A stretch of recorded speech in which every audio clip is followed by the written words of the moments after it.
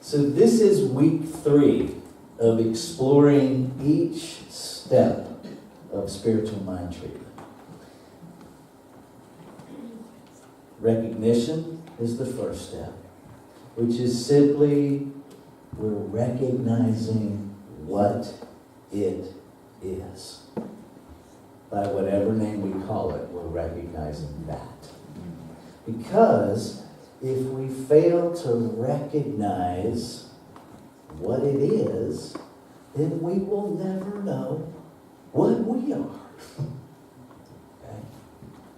So we recognize what the divine is in all of the different forms. And we did an exercise, and you're going to find out later in the talk just how amazing the divine is in the mind of this community. It was really very cool. The second step is unification. It's not a process of becoming unified with. It's really a second recognition that we are unified with it, within it, and always have been. The third step is what we're going to talk about today, which is realization. And if you think about the word realization, it all really begins to fit quite nicely together. Because if I know what it is, and I know I'm that in form, then my life gets about the business of living a realization of that truth.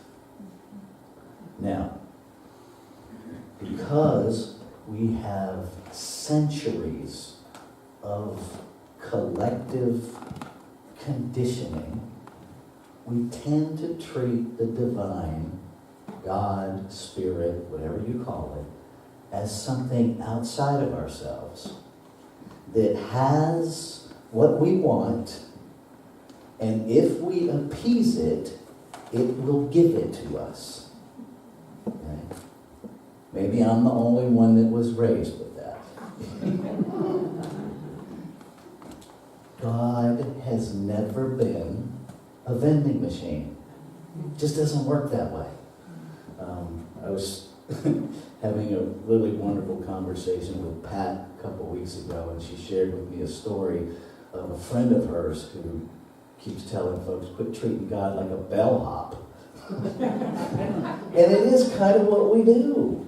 You know? I mean, if we listen to our own talk, and I still have to catch myself because I was born and raised on planet Earth, subject to all of that conditioning that says, God's out there, I'm flawed, I can never really qualify, so I have to have a life of penance so that someday this magical place called heaven I just might have a key to. I just might qualify to get in. None of which is true.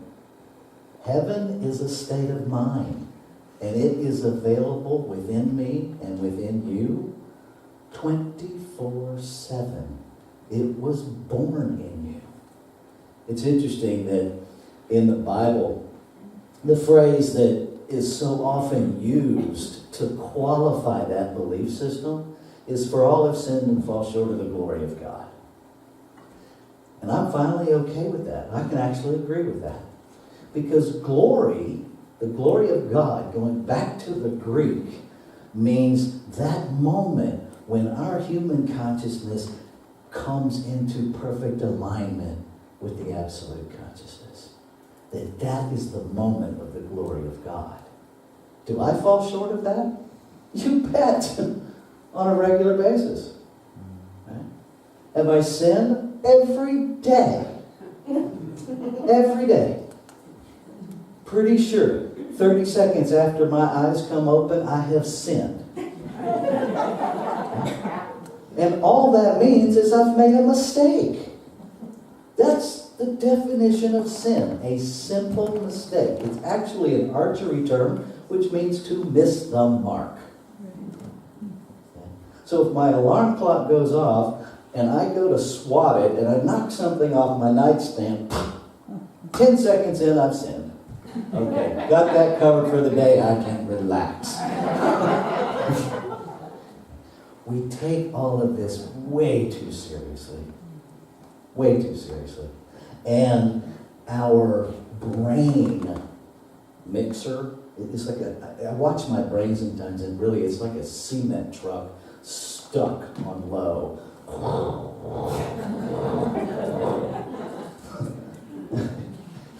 Again, maybe it's only me. We don't have to do that. Your mind is not in your head. Your mind is in your heart. Okay, everybody get that? Your mind is not in your head. That's where the hard drive that operates the computer called human is. There is nothing in the brain other than past information. Think about that. The brain is a repository of information that you have collected. So if you're using your brain as the source of creation, you are always creating backwards. Seriously. You can't imagine something new from past contextual information. It's our heart that moves us into that mystery. It's the heart that knows who we really are. Now, anatomically, yes, it's a muscle. But more and more, the studies are showing that the heart controls way more of our physical body than the brain. That the heart is actually sending messages to the brain. See, we thought that was different. We thought the brain was the control center. Not so much. There are actual documented cases where people that have received donor hearts know things about the donor that there is no way to know. One such incident was the unfortunate loss of a child in a violent crime. The person that received that child's heart began to have dreams of the crime. Such vivid dreams that they went to a detective and the crime was solved solely based on those dreams, taking the detective right where they needed to go. That's pretty amazing. That's the power of this thing in us called the heart. And so what if we were about the business of realizing that? What if we take it out of stuff and we start with realizing the full depth and magnificence of who we are and have always been? Would you really need to focus on stuff if you knew that about yourself? I'll bet not. Because if we live, when we live, in an active breath-to-breath realization of our magnificence, first of all, stuff stops mattering so much because we stop evaluating ourselves and valuing ourselves based on our stuff. I crack up now. I don't even know what they're advertising, but the commercial cracks me up because it used to just be keeping up with the Joneses. And this commercial is we're keeping up with the Smiths and we're keeping up with the Joneses and we're keeping up with the this and that and the other. Because if that's what you're doing, you've missed the boat completely. Completely. Your value has never been in the appearance of your life. That is evidence of your belief system. Good news and bad news. Everything in your life is evidence of what you believe. Because that's how the law works. How does it work in our human mechanism? Our thoughts create our feelings. Our feelings create our urges. Our urges move us into action, and action moves us into manifesting stuff. That's how it works. So when we say change your thinking, change your life, well, guess what? If you change what you think, you will change what you feel. When you change what you feel, you will have different urges. When you have different urges, you act differently, so you manifest differently. This is so simple, it's complicated. Because we get invested in the image of this brain. And as we say in my country, we complicate a toothpick. Maybe it's just me. Because when it's too simple, all of our social conditioning goes, where's the catch? This is too good to be true. What's wrong? I was recently looking at a piece of property, and the price was really low. And it has, an older mobile home on it, but it has a home. And it's a half an acre. And they only want $97,000. And I'm like, what's wrong? What's wrong with this piece of property? And then I drove by, and it just might be the neighbors.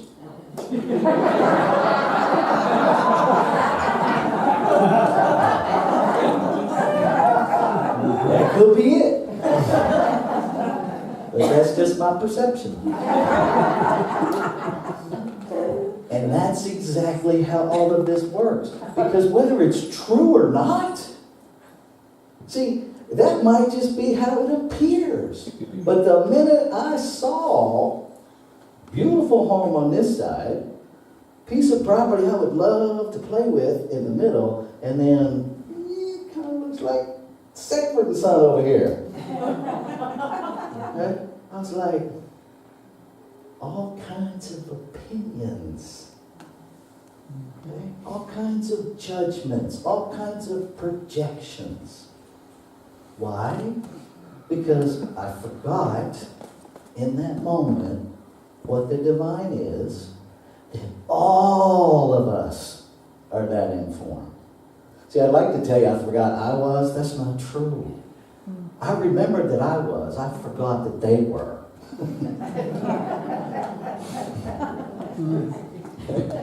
I separated myself with the utmost holier-than-thou-ness. Maybe it's just me. But when we can go back to this is what it is, everybody is that informed. All life. This light is that informed.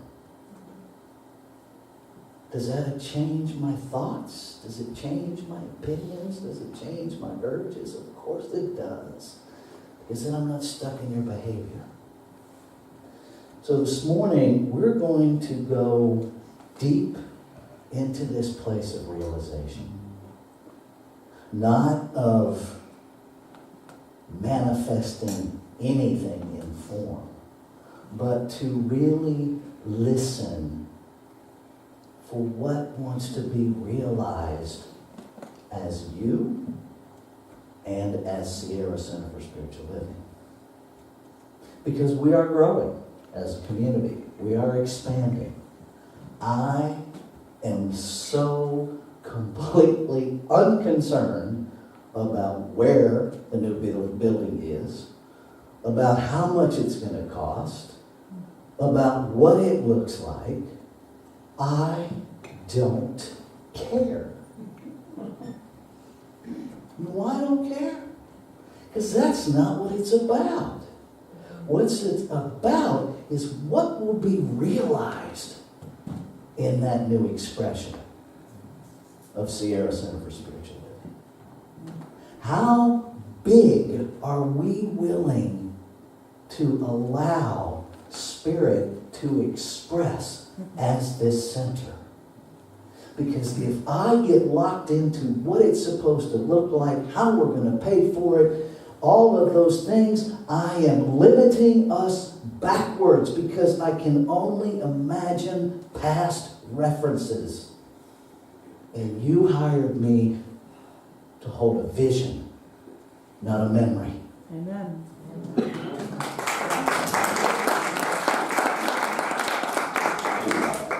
My vision is for a realization of Spirit bigger than we can reference in memory.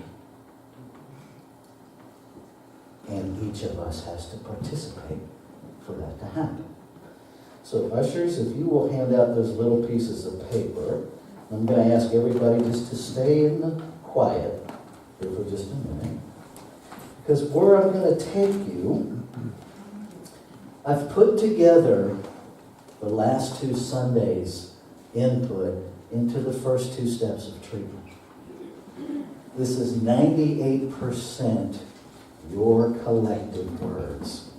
All I've done is fill in with the this and the that's and the commas and the periods. And it is really quite amazing. And so the invitation is to just listen and allow yourself to fully hear what the divine is, who you are, and then to open to these 2 questions, these 2 statements really. The one is revealed in me as, and whatever comes to you when we get to that part, I invite you to just write it down.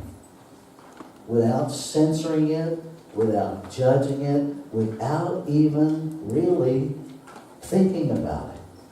Whatever the sentence completion is, trust it. Write it down. And then the next one will be, the one is revealed in the Sierra Center for Spiritual Living as. And I invite you to do the same thing there. Hey, we need 4 back here. They need 4 now. Did we run out? If you have just a blank piece of paper, you can write it on that. Okay, we're short 2 here. Now we're on short 2. I apologize for running out, and that's a cool thing. But we're good, huh? Okay. All right. Are we good? Thank you, ladies. Good. Thank you, ladies. Okay, so I invite you to go inward. Into that place of prayer. And know with me, there is one infinite, all-knowing being. It is all that is. It is the absolute, the divine, the infinite presence of oneness, peace, and perfect love. It is source consciousness known by many names. Creator, God, goodness. Great Spirit, Mother, Father, Spirit. Helper, High Spirit, the Holy One, Holy Spirit, the I Am. It is the connection, wholeness, and wonder of the universe. It is the majesty of nature. It is the sacred creativity and awareness of the whole. It is joy, perfect, selfless, unconditional love, operating everywhere within and without all. It is the expression of all energy. It is the excited, exhilarated expansion of belonging. It is the breathtaking awe of beauty and balance. It is the passion and celebration of persistently pregnant possibility. It is the chaos and the calm. It is the power and the ease. It is the clarity of fearlessness and choice. It is childlike whimsy, spacious simplicity, truth, and the sweetness of inclusion. All that is seen and unseen are immersed and complete in the of eternal and infinite reality of creation. This one is individualized as me. I am a spiritual being with an individualized soul. I am love, joy, and grace.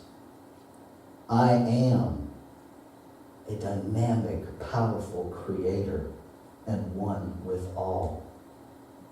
I am self-knowing consciousness and a manifestation of God's love. I am the divine's idea of itself showing up in unique form. I am unity and wholeness in form, part of everything and affected by everything. I am the infinite beingness of love, joy, beauty, creativity, softness, laughter, and the harmony of boundless pure consciousness. I am perfection in my expression. I am good, perfect, whole, and complete. What is true of me is true of all life. And so, knowing this to be true, I open to revelation of the One. The One is revealed in me as.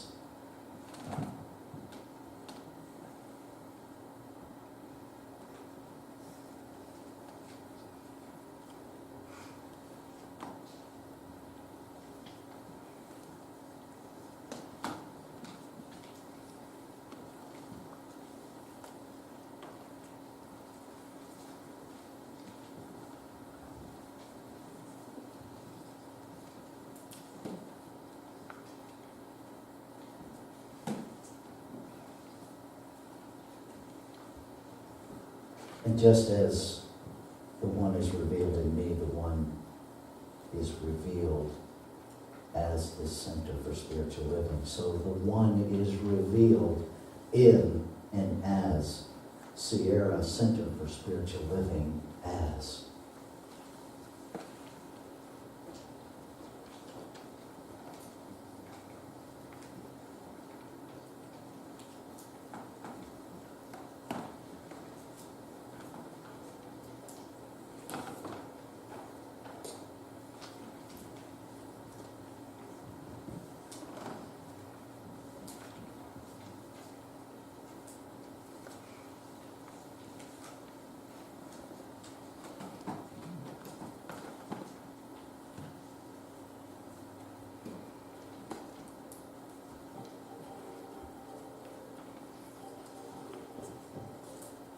And so I move into gratitude.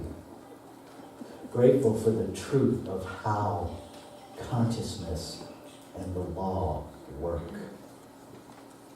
as one. That what is spoken into the law is always a yes. No filtering, no judgment, no second guessing. Just this infinite honoring of the One through the creation of yes. And so I am grateful knowing that in the mind of the one, everything that was written has already been responded to with a glorious yes. Yes. Yes. And so knowing that's how it works, knowing that is the truth of creation, it's so easy to release, to let go, to let it be exactly what it came here to be. And so I invite you to join me in anchoring this as we say together. And so it is.